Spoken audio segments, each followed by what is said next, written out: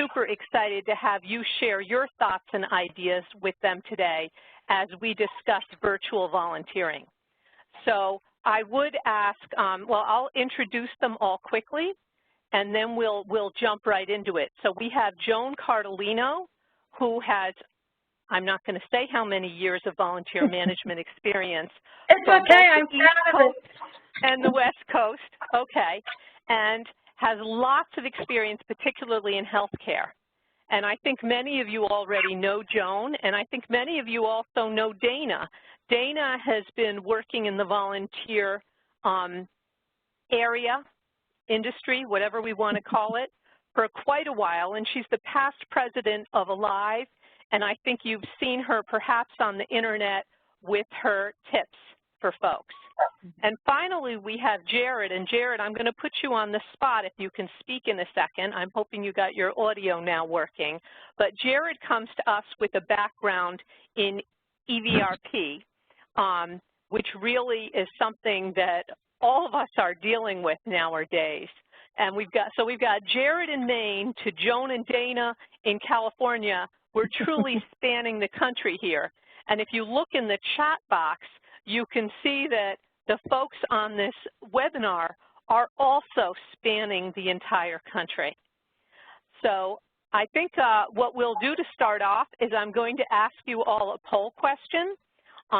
Those of you who have your,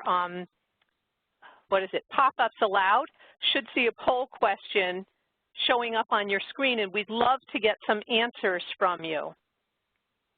And Jared, on that note, I want to make sure that you're with us via voice.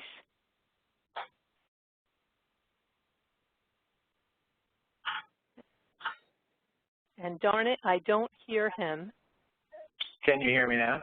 Yes, there he is. Right. Hooray. So I'm not sure if my computer audio wouldn't work this time. I don't know why. So I had to call in and do the phone. So my mouth might not match up with the words. So it might be easier just to listen and not watch my mouth. Mm-hmm. Yeah, it sounds like you can hear me. At least if you don't mind, go ahead. What was the transition you were making? Okay. So we're asking folks a poll question about virtual volunteering because that's really what we're going to be talking about today. And I'm going to ask that we start by talking about what we're seeing in the industry in terms of the move to virtual volunteering. And Jared, do you want to take a stab at that, or should I pass you to, go ahead. I'll be happy to, thank you. Well, I think that's a great question. I think a lot of folks during this time of COVID have, suddenly become entrenched in the concept of virtual volunteering. What we're finding, just from feedback from other participants in previous calls and our own research, is that a lot of the positions that folks are trying to fill, they don't necessarily translate immediately over to a virtual position. And then the assumption is virtual volunteering won't work for us. And we're here to tell you that that's not the case. Virtual volunteering is something that's been with us for a long time. We have called it different things over the years, but we've always had volunteers go home and work on things, and that remote style volunteering. So the concept isn't new. What's new is the rush to get folks kind of on board with that. And I just want to remind you that when it comes right down to it, you're still just going back to your needs analysis and finding the right skill sets to fill those needs and recruiting the right people for that. So when it comes to virtual volunteering, and I'll turn it over because we have a lot more to say about it, but I just want to kind of open with a reminder that the process of volunteer management doesn't change at all. You still start with a needs assessment, and you find the right people. You advertise, towards targeted recruitment. All that stuff is the same. The reimagining of the positions is where the hard work seems to be for folks, and that's what we're going to talk about a little bit today, is how we can identify things that translate right over, and how we can reimagine things that don't. And so with that, I'll turn to the other panelists and ask for their input about what they're seeing in the industry right now, and then we can continue on with the discussion. So Joan, I'll turn it over to you for a moment. I think I'm going to let Dana go first. Is that okay with you, Jared? Great. Dana, you're up. Yeah, sounds good.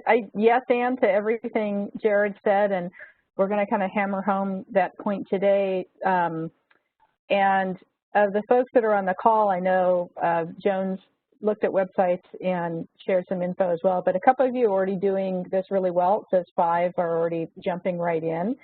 And the thing to keep in mind is any amount of progress is great. Pat yourself on the back for any amount of progress you make, making the case to higher ups. You might have to be the deciders, whether it's IT or executive leadership, of what roles you add or change or adjust to being remote or at home or on their own, working at home. And a lot of projects can use technology, and we have the tools to do that. And VSys one particularly can be in your toolbox to use. But also keep in mind that people can do things from home over their phones, like we have for decades with phone trees and check-ins, and also just projects in general, whether it's creating physical items, education items, doing research, designing studies, data analysis. There's a lot of ways to build your capacity with volunteers in not just filling the exact roles you're used to, but really getting creative and, quite frankly, listening to suggestions from the volunteers themselves or the community of how they can add their skills and their time to support the mission of your agency, whatever that may be. But Joan, you very particularly did some cyber sleuthing with some of our clients yesterday. Tell us what you found. Joan, before you jump in, I also want to ask you to add one more thing. The last time we had a call like this, you did a really great job at helping to kind of define the terms of both volunteering versus virtual volunteering, and I think that's important. So if you could touch on that after you pick up where Dana left off, that'd be great. Okay. So as we know, most of you know, I've gone from manual to electric typewriter to word processor to computers to networks to virtual reality. So we're in the process of another shift. And so you're in the process of another shift. I'm at the other end of it. But certainly I've lived through them all. I've managed them. I've converted work processes, systems, staff, volunteer activity. Mostly in the volunteer world. It has not been easy. And there are a lot of Luddites out there who refuse to use computers, you know. And so I guess when we're talking about virtual volunteering, one of the things I've observed to begin with is if there is resistance among your volunteer group to using computers and they don't want to do it, well, the time has come for them to move on. That's a harsh thing to say, isn't it? But the workplace, unless you can find something for them with a minimal amount of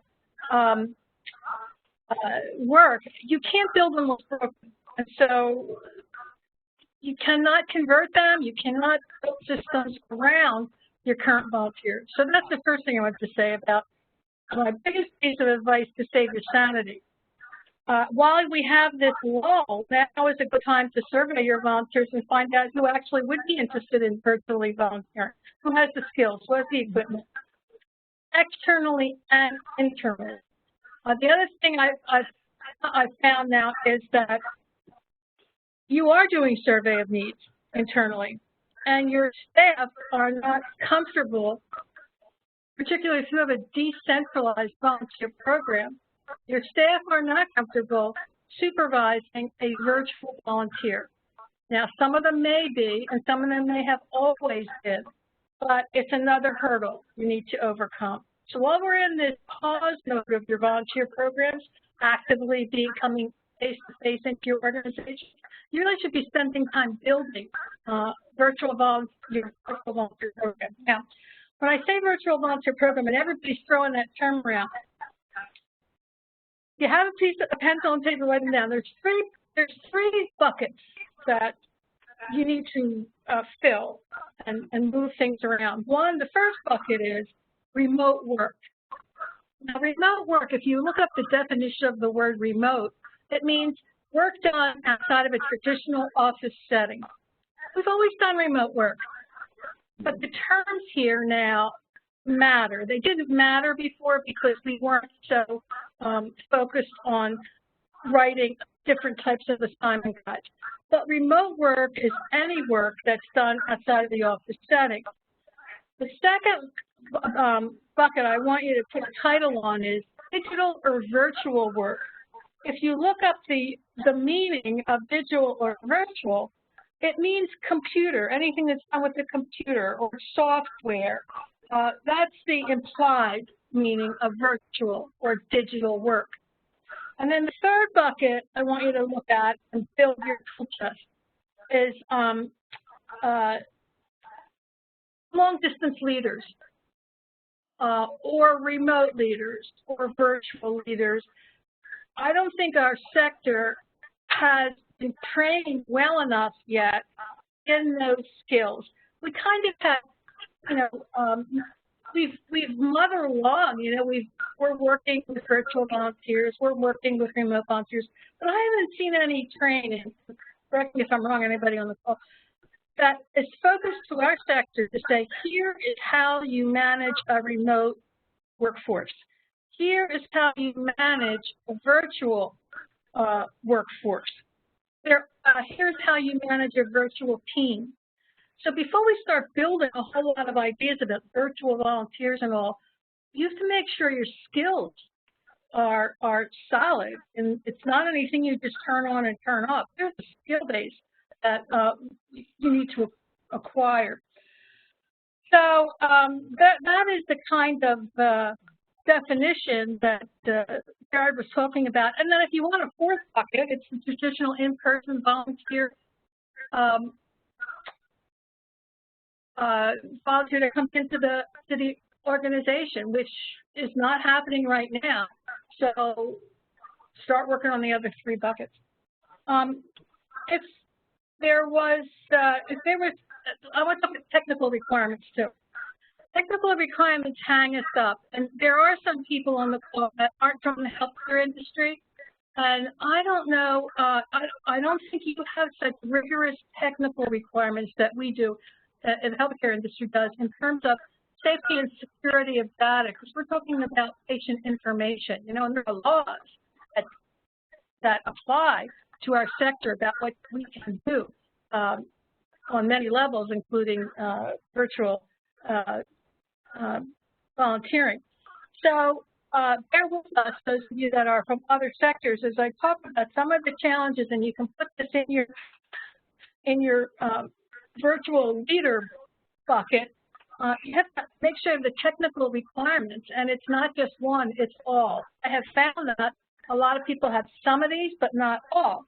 Do you have good video capability? If you're billing for services, are you plugged into those billing practices within your institution? Do you have mobile apps available to use for your virtual volunteers? What's your browser interface look like? Do you have analytics and monitoring going? And how are you supervising these people? Do you talk to them every day? What's that whole process like? Having looked at your websites yesterday, they run a gamut, but pretty much the ones that have solid virtual volunteer opportunities appearing on their websites are in the minority.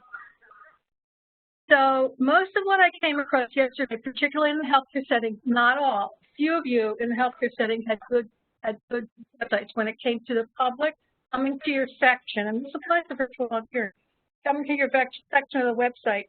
What I found appalling was so many of you have this big black band across the top of your page. We're not taking any volunteers. I was like, oh my God. That adds to the fear, by the way. There are two things going on in our society now. People are choosing fear or they're choosing hope. And when somebody sees that big black banner, that adds to the fear. So no matter whether you do virtual volunteering or not, I'm encouraging you all to take a good look at your websites, make sure they're welcoming, make sure they're kind, make sure they're compassionate, make sure they refer people to other community partners where they can find volunteer work. And then I think the Smithsonian's website was really good. They had sections on the side, and they broke it down. Here are virtual volunteer opportunities. Here are in the museum opportunities. And so they actually separated out the different opportunities because people are looking for virtual now, and it makes sense. So, Joan, that's a great point, and I'd like to actually ask those of you that are using virtual opportunities now to give us some ideas of what you're doing so you can share them with others on this call. Let me see. I'll move us to the next slide so we can talk about that. But if you're using virtual volunteers right now, type it into the chat or unmute yourself and give us an idea of what you're doing. Let's skip to unmuting if you don't mind. It becomes a little chaotic when a bunch of people do it at once. I think the chat might be a safer, quicker bet. Mm-hmm. Okay. Yeah. Thank you. So if we have a volunteer, we've got Tony from Acamore. And actually, I would love to try to just unmute Tony and see if she can speak for a minute. So let me give it a shot. Tony, can you tell us what you're doing?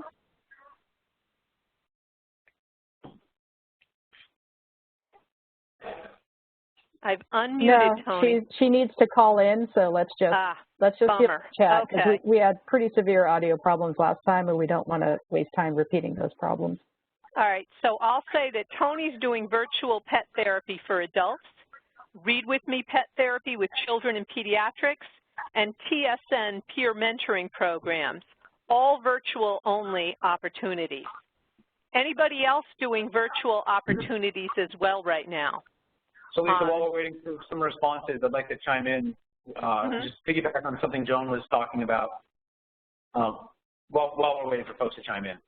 And that's all I want to say is your job isn't to place your current volunteers or your old volunteers. You know, the job of a volunteer coordinator is to meet the needs of the organization. And so kind of reiterating what Joan was saying, that sometimes means that not all of your current volunteers are going to be the right fit. And you know, you do have to identify what are our new needs, what needs have changed. You know, maybe you can just drop some positions because they're not relevant, but it doesn't mean you have to drop the volunteer forever. You just let them know we've got some other opportunities we're pursuing right now. Are you interested? You can always run it by your volunteers first. You might have someone that has the skills and interest step up, but otherwise you do need to take it back and start recruiting and targeting that recruitment. We don't want to fit volunteers into jobs. We want to match them. Go ahead. I'm going to see if I can unmute just Kristen and let her speak for a minute. Kristen? Oh, are you calling on me, Kirsten? Yeah. I am. I wondered if you'd tell us what you're doing with virtual volunteers. Sure. We are getting ready to pivot our literacy tutoring program to a virtual. So we have all the volunteers are over the age of 50. And we are getting ready to, they're going to be tutoring, focusing on reading fluency using Zoom. Cool. That's great.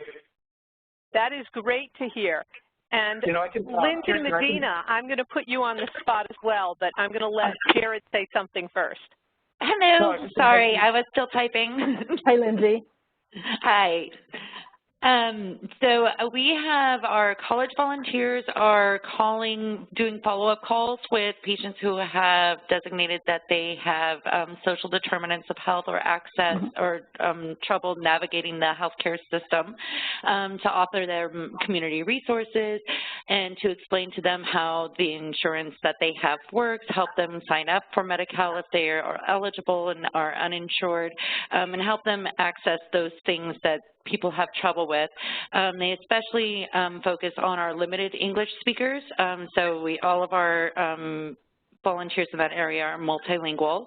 And we have junior volunteers who have been helping us with drive-through recognition events by creating our yearbook and other printed materials to hand out at the event.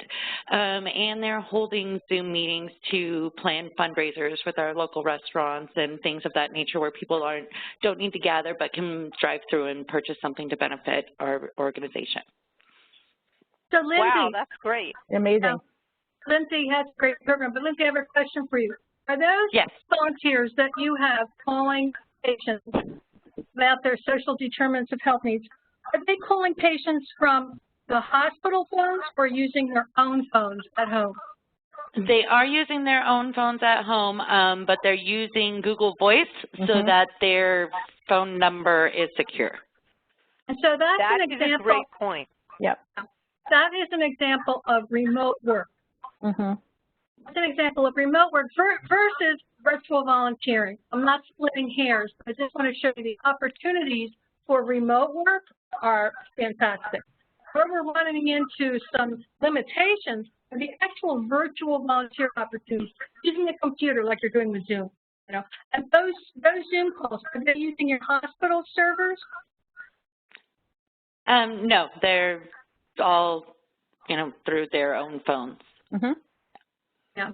So using the hospital resources for those kinds of virtual volunteering opportunities is a challenge to get their approval and work it through the IT permission process. Definitely. Not impossible. Not impossible. Okay. And I think, who was it? Holly, would you like to tell us what you all are doing?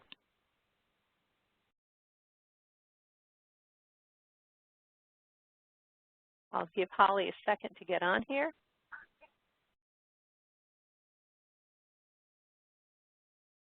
I unmuted her, but we don't seem to hear her, so I'll say that they're doing a lot of letters and cards to clients, as well as having volunteers do research, data entry, social media, what a great use for volunteers, graphic design, translation, and client calls. So I'm not sure what kind of, yes? No, I'd just like to chime in and say that one of the quickest, easiest, best ways to engage new volunteers virtually is to look at your own program needs first, your own volunteer program needs. Don't worry about all the other programming, all the other, mission-driven initiatives and all that. Look at what you need to do a better job and start there. It works. If you had a couple extra hands helping you out, reaching out, everything from contacting your volunteers and doing all that sort of stuff, thank you notes, all the stuff that you would do for your volunteer program if you had the time. Well, now is the time. And, I also want to add to that, Holly's from Angel Food, which is a food bank. And Smithsonian also, they're community partners, and Angel Food's in LA. It's a fantastic website. Yep. If you have an opportunity to refer out, remember I was saying the big black band on your website saying we're not taking any volunteers? I mean, here's Angel Food that can.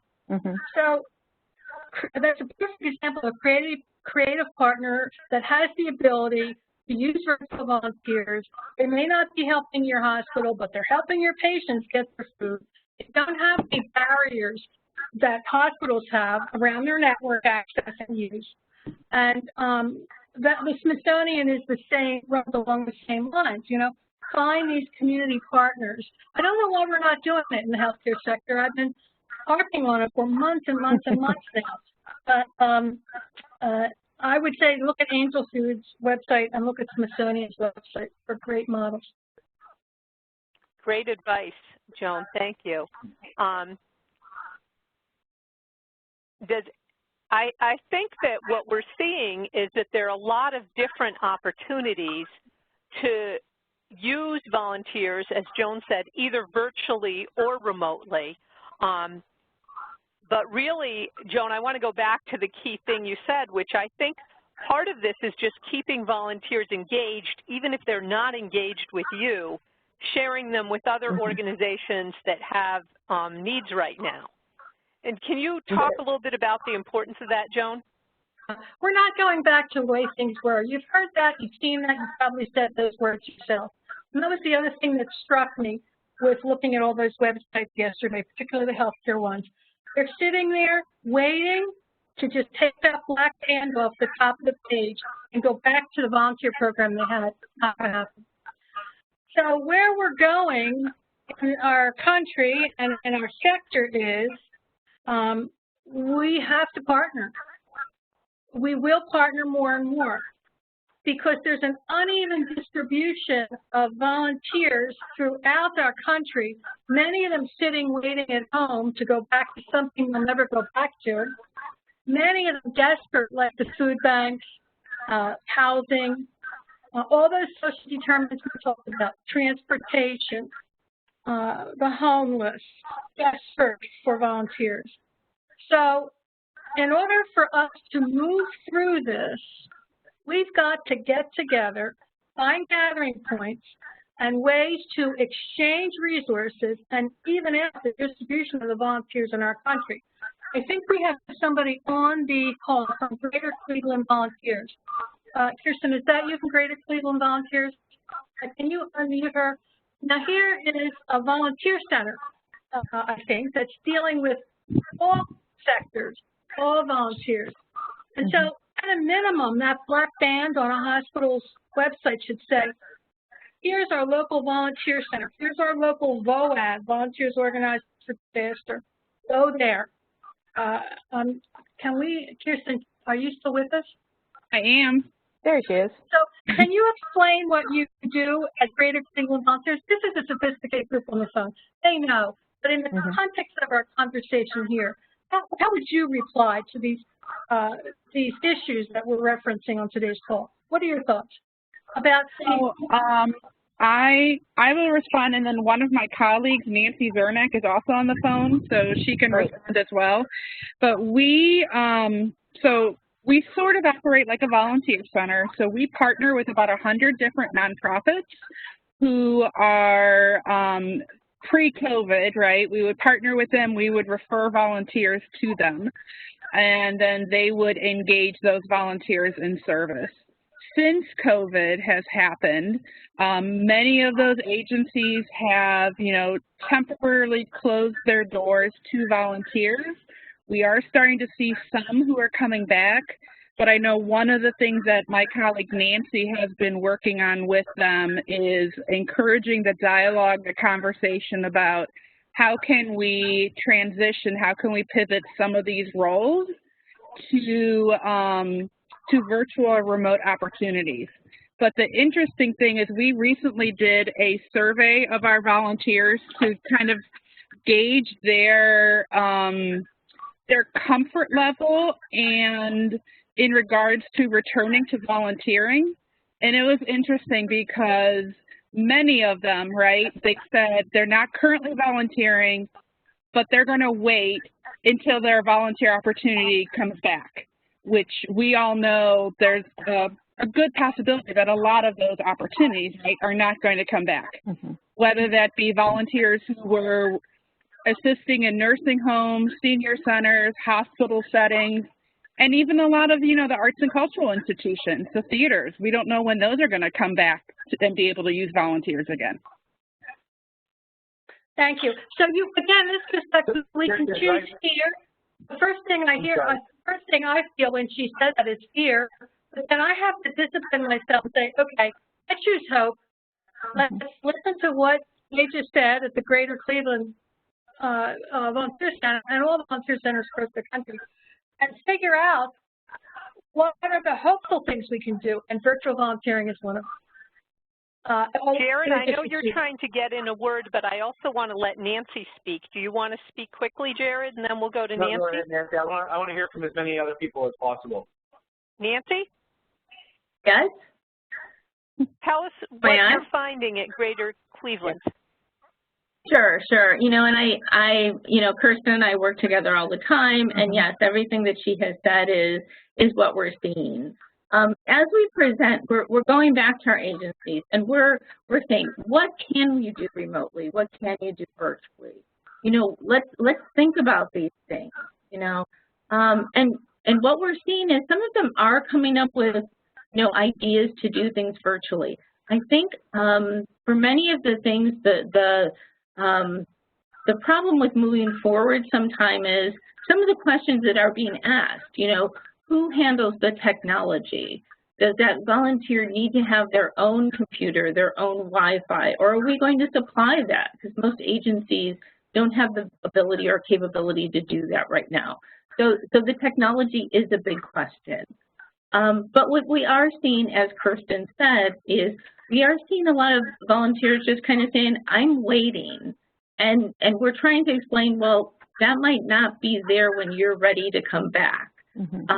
Because what we're seeing too, for example, in food distributions that have continued on, they've needed to find people. So volunteers are being replaced with people who are willing to step forward right now and volunteer. So I think that at the beginning of this conversation, where it really was, it's like if you can't find volunteers, if your previous volunteers are not willing to do the needs of your organization, you're going to need to start recruiting more volunteers and more volunteers with the skill set that you're looking for. Thank you, Nancy. That's actually the point I was going to kind of trying to get back to, was that we can't necessarily depend on our current volunteer pool. They're our first resource for recruitment for new positions, if they're not currently working in their old ones. But yes, you're 100% right. If they're not stepping up immediately, then you need to go right back to the drawing board of recruitment, and target that recruitment to the right folks.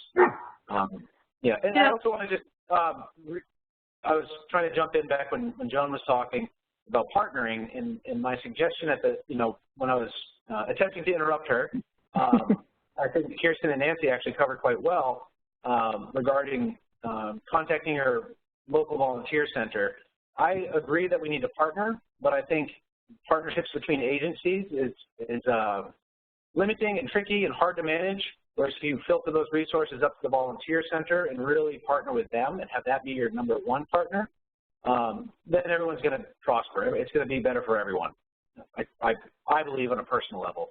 I think concentrating our resources in one spot and allowing them to be spread out based on skill and ability and availability is the best approach for everyone, but not every community has a volunteer center, or not every hands-on affiliate is as strong as the next. So it may not be an option for folks. But again, I think supporting the local volunteer center is a much stronger step towards building that nationwide network of volunteers. And also, particularly those of you that are in healthcare, join your local volunteer center. Get out of the hospital and start joining, your DOVI, your volunteer center committees, your VOADs. I'm on all of them, and I don't see anybody from hospitals except me, and I don't count. So really, what Sarah said is so spot on as far as I'm concerned. We've been hesitant to do that as a sector in the past, but that's our future. That's our reality, our community partners. And Dana, do you want to talk a little bit about the books we know that are available before it gets too late in the game? Yeah. Yeah, Joan. Yeah, and that's the thing is part of VSys Voices, it's not just our expertise, but we're here to point you towards a lot of other great resources. None of you are alone, and none of you have to reinvent the wheel or feel, again, overwhelmed by, oh, what do we have to accomplish? It's one little step at a time, one little piece of information to learn. So there's some great books out right now. One of my favorites, it's actually the author's birthday today, is The Unashamed Guide to Virtual Management, and that applies to any kind of management, but I think it's particularly useful for leaders of volunteers in where we are now. We often have the most headcount in personnel, really, of anyone else in our department, and that's by Ben Bisbee, Unashamed Guide to Virtual Management. There's also a classic by Jane, Jayne, Jane Craven's, The Ultimate Virtual Volunteering Guide 2.0. It's been updated fairly recently. And these are all pretty easy to find on whatever your local booksellers, Amazon, EnergizeInc.com also has these books. And there's other great books that are on just kind of virtual leadership in general, and I get the exact title, The Long Distance Leader and Influencing Virtual Teams are two other books that, again, that any kind of management tips for long distance, remote, working at home, virtual, online, whatever, however we want to call it, whatever buckets those are in. These are some core best practices and skill sets that are really, really beneficial. I also want to mention, because it literally just dropped this morning, I got an email from volunteermatch.org, which is a wonderful resource. Hopefully some of you are using that in your recruitment as well.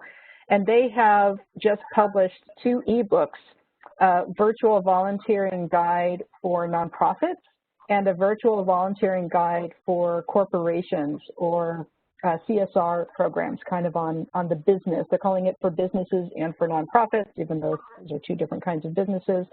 And again, it just saw this a couple of hours ago. I haven't had a chance to review those, but I do trust that anything that Volunteer Match is publishing is very easily digestible, accessible, and high quality. They do a lot of research and vetting and have great expertise among their think tanks as well. And up to date, yeah, minute. And up to the minute, literally up to the minute. They've been one of the best sources. Volunteer Match has done some really amazing surveys about once a month of the entire volunteer engagement sector. And so a lot of great data or snapshots of how we all know what's going on are coming from conversations and data that are coming out of Volunteer Match. So if you just go to volunteermatch.org, they'll have those 2 ebooks, and I believe that they're free. I think you just, if you're not already a member of Volunteer Match, which is easy to do, I believe you just offer up your email address and get access to those. And I would invite all of you on the call to continue to use the chat and tell us what are your concerns or what's holding you back from doing virtual volunteering. Let's do a little brainstorming here on how we can overcome those obstacles. In the meantime, I'll mention that Kristen also noted that they're starting a program to do remote volunteering to address the social isolation that has come to the forefront due to the pandemic. And as someone who has an elderly mother that she hasn't seen since March, I can tell you that that's of great concern to me because I know my mom is losing her mind in her little apartment. Lisa, I'd love to hear if Kirsten could elaborate on that a little bit. I think that's a really great example. Kristen, I've taken you off mute if you want to elaborate. And I think it's Kirsten, right?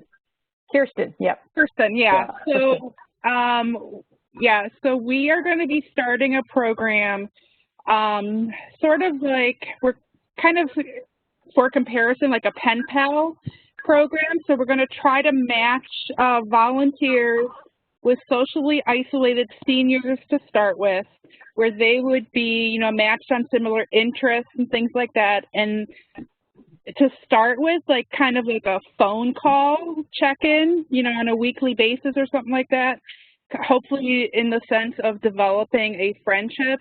But the other thing that we're thinking is, potentially there might be an opportunity to also do, some kind of virtual check-in as well, whether that be Zoom, FaceTime, so people can actually see each other, because for a couple different reasons. I mean, one, we all know, right, how older adults are very socially isolated during this time. But we also know that especially for many of our volunteers, the Greater Cleveland volunteers, are older. And so they were volunteering, right, as a way to build their social network and to get out of the house. And now they've lost that. So we've already, from that survey that we did, I think we have about 24 volunteers who said, I want to be on the receiving end of those calls. And then beyond that, we're also going to look at, reaching out to maybe some assisted living facilities in the area, different places where people could get referred for this program. Kirsten, I'm going to jump in and just say, I love that idea. 100 years ago, I worked for a place, and the whole premise of our volunteer program was engaging seniors, because if you increase social capital, people have better health outcomes, wellness outcomes, especially after the age of 65. And so what you're doing is having a huge impact on your community, or will when you start it. And I applaud you for taking the initiative to do that. It's a great fit. I mean, it's perfect for volunteers. You try finding a millennial to make a phone call? No way. But older folks that have been volunteering, that know how to use a phone? Absolutely. So that's a great skill-based, perfect fit type of volunteer job that, delivers your mission. Bravo. And some community partners that can help you not reinvent the wheel, and that have excellent materials, have been doing this kind of work for decades. One of them is the National Volunteer Caregiving Network. You can just Google that. They've since COVID-19 started a shop and drop program for all volunteers. They have a shop and drop program. It's all computerized.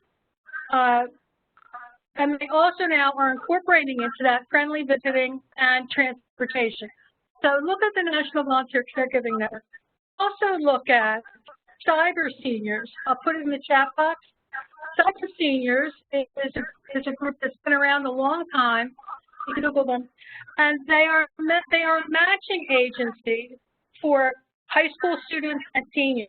This kills two birds with one stone, by the way, because my latest rant for the past 3 weeks has been getting our kids back to school. It's a whole different thing. But the Cyber Seniors has wonderful models teaching seniors how to do things online. And you can get volunteers to help tutor them through that. How do you order online? How do you get your pharmacy thing online? I mean, just look at Cyber Seniors. So try and not reinvent the wheel when it comes to these social isolation programs. Many people have wonderful materials that are free. And the other thing I wanted to say is, I talk about community partners again, your area agencies on aging, your AAAs. If those of you that are in the hospitals, go to your social work departments, they know all about them. The resources are there. We just need to introduce them into our sphere, realign our current volunteer base, and start moving everybody together ahead. And I want to add that while the young people, the millennials, might not want to make phone calls, the millennials are great with social media. And that's definitely a great way to get them to engage with people. I know there are a lot of older folks that are on Facebook. You could be checking in with them through something like that. You know, I saw an article yesterday by Jane Cravens again. She did a whole big long blog post on why we should all be using Reddit. And I read it and I thought, oh God, this is another thing I got to learn. I feel your pain. But she said, if you want to get young people involved, Reddit's where to go. And you know, my kids use Reddit. I know that. But Facebook, they don't use Facebook. They use, what do kids use? They don't use Facebook. They use Instagram and Reddit. Snapchat, yeah.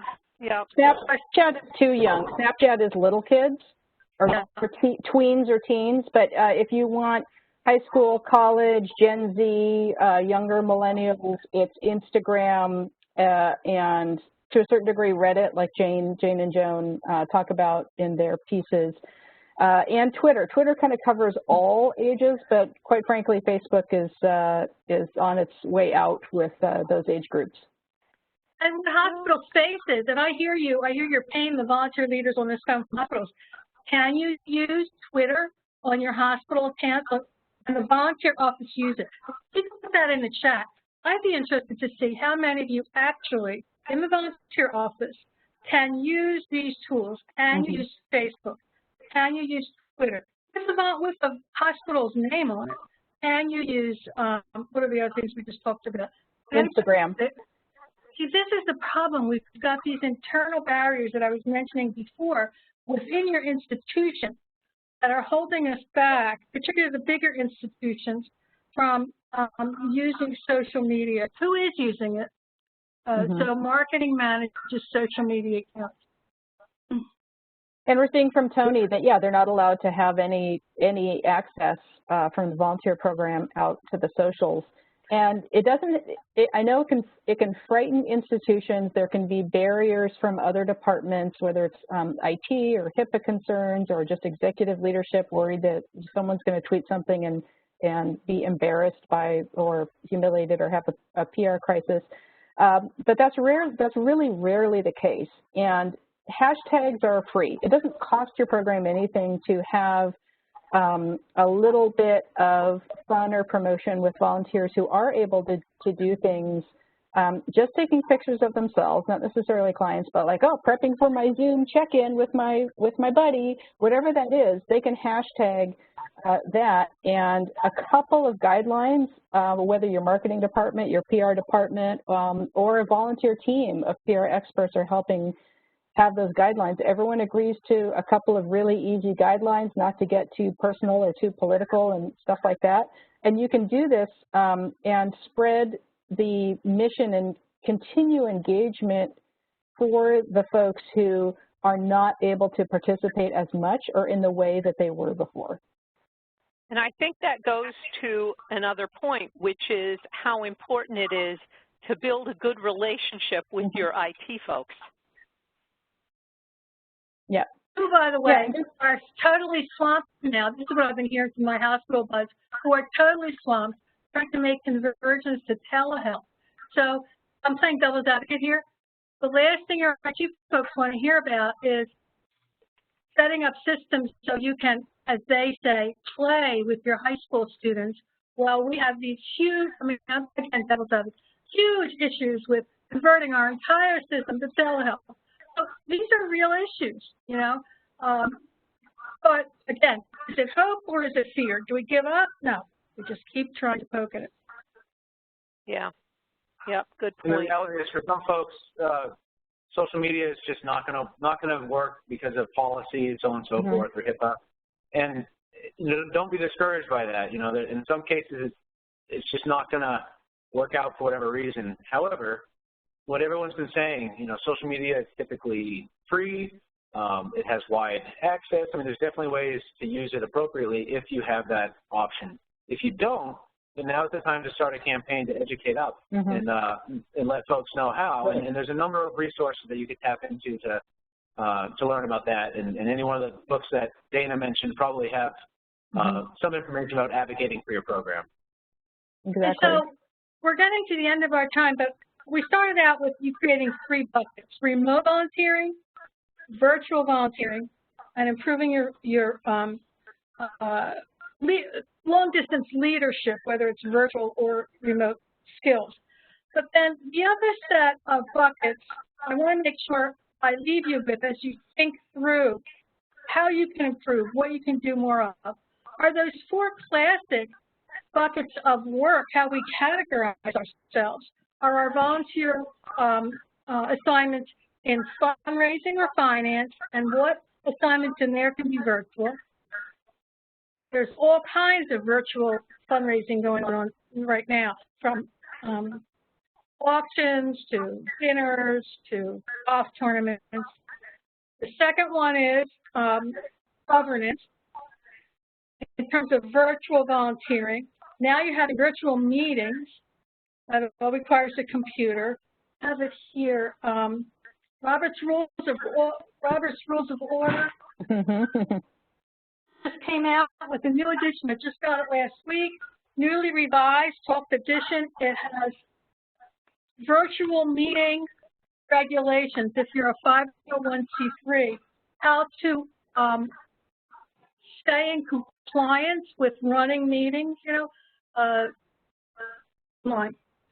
So fundraising, governance, virtual volunteering, think about it, remote volunteering and governance, virtual volunteering and governance, regular programs and services. Now, someone mentioned they do virtual animal-assisted therapy visits. You know, there are all kinds of models on the internet now. Music, you know this, there are apps where the client sits out in the parking lot. The waiting room lets them know when to come in. Your volunteers could be sitting in that waiting room, running that app, letting the clients know when it's time to come into the hospital for their appointment. There are all kinds of virtual gift shops going on now, and lots of stuff going on in that sector. So the actual programmatic core of your institution, what can you do virtually and do remotely? So financing, fundraising, governance, regular program operations, and then there is one last one, and that has to do with like community relations. And so you can be doing a lot virtually with community relations, such as the cost to isolated elderly. What can you be doing virtually? What can you be doing remotely? Start making notes, thinking it through. Yeah. So, well, I do see that we are getting to the end of our time. I did put up that next month, what we've heard from a lot of people is they're saying, hey, well, we want to do virtual volunteering, but we need to get permission from our C-level, from upper-level managers to either bring back remote or virtual or standard volunteers. We need some help getting the resources we need or getting the approvals to do this. So we're going to have the voices next month talk about managing up, or how do you build support from your upper levels to get you the resources you need and enable you to do the things that you know could really help your organization or your community. So we'll send out our usual email with the invite to that. And Melissa has graciously agreed that she's going to focus next month's technical webinar on how you can use VSys to really help you manage your virtual volunteers. So if you have questions particular to how you can use VSys to do certain things, we'd love to get those from you ahead of time so that she can build that into the webinar. Let us know. And in the meantime, I see that Tracy's asking if she can reach out to some of you and get more information on how you're doing things. So if that's okay with you, put it in the chat and we will send that group of folks that is willing to have their contact information shared an email with your email addresses so that you can chat more. And please keep us involved. We love hearing what you're doing. It helps us make sure that our product can really support you the way that you want to be supported as well. Anybody closing remarks? Melissa? Hey, Lisa, I've got a closing remark. I was trying to give you a good segue with that educating up comment, knowing that we're speaking about managing up. But that really is the next step. I think a lot of folks have probably already maxed out what they can do without you know, some permission from above about changing the program. So this next conversation that's coming up, if you got a lot out of today or got a little out of today and want more, that next step for a lot of folks is managing up. And I hope you all can join us for that one as well. Good. Well, on that note, I will again say thank you to you all for attending, and we hope that you found this helpful and motivational, and let us know what we can do to help. Take care of yourselves. Thank you. Thanks, everybody. Thank you. Bye. Great discussion.